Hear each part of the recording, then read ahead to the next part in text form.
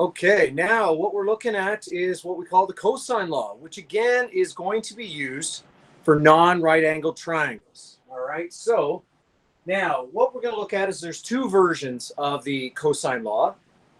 And what we're going to look at is the first one today, which is a squared equals b squared plus c squared minus 2bc times cosine of angle A.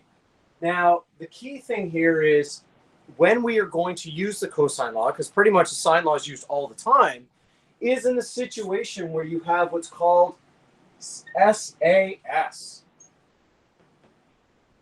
side angle side. So when you have a side, then the angle, and then the other side, that's when you would use the cosine law when you're trying to find a side. So in this case, it says find side B. And again, earlier today, we looked at labeling the sides.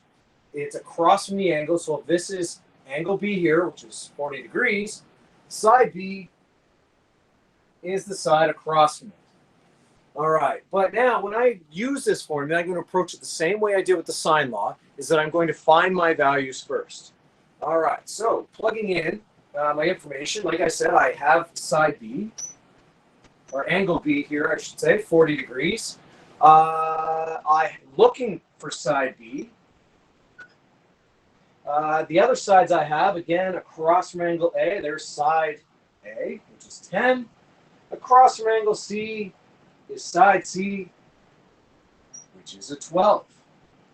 All right. Now, one thing I want you to notice is that in this formula, it says a squared equals b squared plus c squared minus 2bc times cosine angle A. We have an A here all by itself, but we're trying to find side B. So here's a little bit of a trick so that I don't have to move around the formula and do a bunch of math, unnecessary math. I'm going to change this formula. Because I'm finding side B, I'm going to switch A's and B's. Wherever there's an A, I'm going to put a B, and wherever there's a B, I'm going to put an A. And so instead of A squared, I'm going to put B squared. Instead of a B squared, I'm going to put an A squared. Now the C's I'm leaving alone. So I have plus C squared minus, now it says 2 times B times C. But again, wherever there's a B, I'm going to put an A instead. So instead of 2BC, I'm going to have 2AC times the cosine of angle A. But again, I'm switching them, so it's going to be angle B. And now I've got this formula where I can just substitute in. I'm not going to have to rearrange everything. All right, so now to substitute in. So b squared, well, that's what I'm trying to find is b. A squared. And this is, again, why I like to write out all my variables, is that I can just refer to what I've got here to plug it in. So a squared, A is 10, so I'm going to have a 10 squared. Plus a c squared, and c is 12, so I'm going to have a 12 squared. Minus 2 times A, which again is 10, times C, which again is 12. And then I've got times the cosine of angle B, and angle B is 40 degrees. All right. Now what I have to do is simplify this using Bedmas. So the first thing I'm going to do is my exponents, because in brackets we have nothing going on. So I've got b squared is equal to 10 squared. That is 10 times 10. And 10 times 10 is 100. 12 squared, 12 times 12. I get 144. All right, then I have this whole mess here. So 2 times 10 times 12. Cosine 40 degrees. I'm going to figure that out. So cosine 40, 0.77. All right. So I just changed that cosine 40 degrees into a number to make it look easier and to deal with it. All right, now the next step. Now this is where I find most students make their mistake with this formula, is again, I have to follow Bedness. And so I have to do all this multiplying here first. So I'm not going to touch the 100. I'm not going to touch the 144. I got a minus sign there, and now I'm going to have to multiply those four numbers. 2 times 10 times 12 times that 0.77, and I get 184.8. All right, now my next step with Bedness, I'm going to do my adding and subtracting. All right, so I have b squared is equal to, let's see, I put all those numbers together, so I have my 100 plus 144 minus 184.8. Whoops, 184.8. And I get 59.2. Well, just like we did with the Pythagorean theorem, I got to get rid of that little 2. It's an exponent, and so the only way to do that is I take the square root. And what I do to one side, I've got to do to the other. And if I take the square root of 59.2, I'm going to get my b value. And I end up with, let's see here, let's take the square root. And going to 2 decimal places, as always, 7.69 is the length of our side B. All right, let's try another one of those.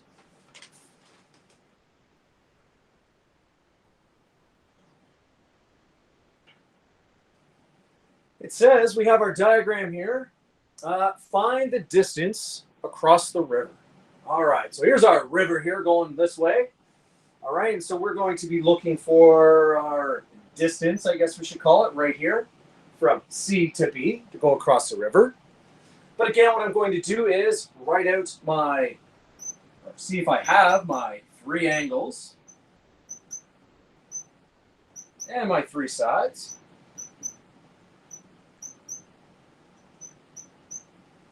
All right, so let's see here. In terms of our angle, we have angle A, which is 47 degrees. All right, side A, again, across from our angle is D, the distance. All right, let's see here. Our side B, across from angle B, is 27. And the side across from angle C is side C, which is 30. All right, so again, our formula, I know that I'm going to use the cosine law, number 1, because that's the lesson today. But we have a side, angle, and then the side. All right, so they're all 3 of them together. Side, then the angle, then the side.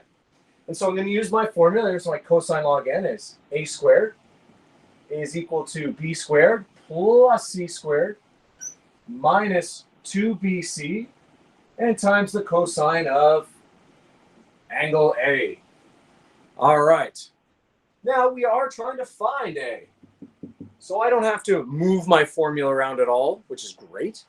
All right, so A, I'm just going to now substitute into my equation. So A is D. So instead of A squared, I am going to find D squared. Either way, it's our distance across. B squared, we have a 27. That's going to be 27 squared. Plus C squared, again, C is 30, so I'm going to have a 30 squared minus 2 times B, which again is 27. And then times 30, times C, which is 30. And then we have the cosine of angle A, which is 47 degrees. Again, this is why I write everything out, so I don't get all confused when I substitute into the formula. All right. So now it's just a case of following Bedness again. All right, so we have D squared. 27 squared. 27 times 27. 729. That's a big number. 30 squared. I know that one. That's 900. All right, so that's done my exponents. Now I have all my multiplying here, so we'll just write it out. 2 times 27 times 30.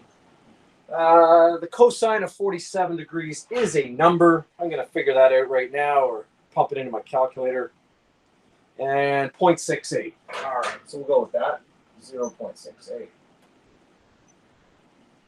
Now, again, this is the step that I find most people, this is where they mess up. You got to, again, follow Bedmas. So I have to do all this multiplying here first. All right, so I have d squared is equal to 729 plus 900 minus. All right, so I got to multiply those four numbers. So I've got 2 times 27 times 30 times 0.68. And I get 1,101.6. All right, now my next step when it comes to Bedmas is to put all that together. All right, so I got 729 plus 900 minus 1,101.6, and I'm getting 527.4. And again, the last step here is I want to get that little 2 by itself, or get rid of that little 2, I should say. So I got to take the square root. What I do to one side, I do to the other. And let's see here. I take the square root of my 527.4. And we end up with 22. Okay, going to 2 decimal places here. 22.97. And we were talking about meters. All right, so again, the key, just like we did in our last unit, and I do this all the time, write out the information you know. Then we substitute into our formula. Make sure you follow Bedmas. That's always the important thing. And again, there can be some examples in which you're not trying to find side A. You're actually trying to find side B or C. And so then you can rewrite the formula so you don't have to move things around, and there's more of a chance of making a math error, which, of course, nobody wants to make.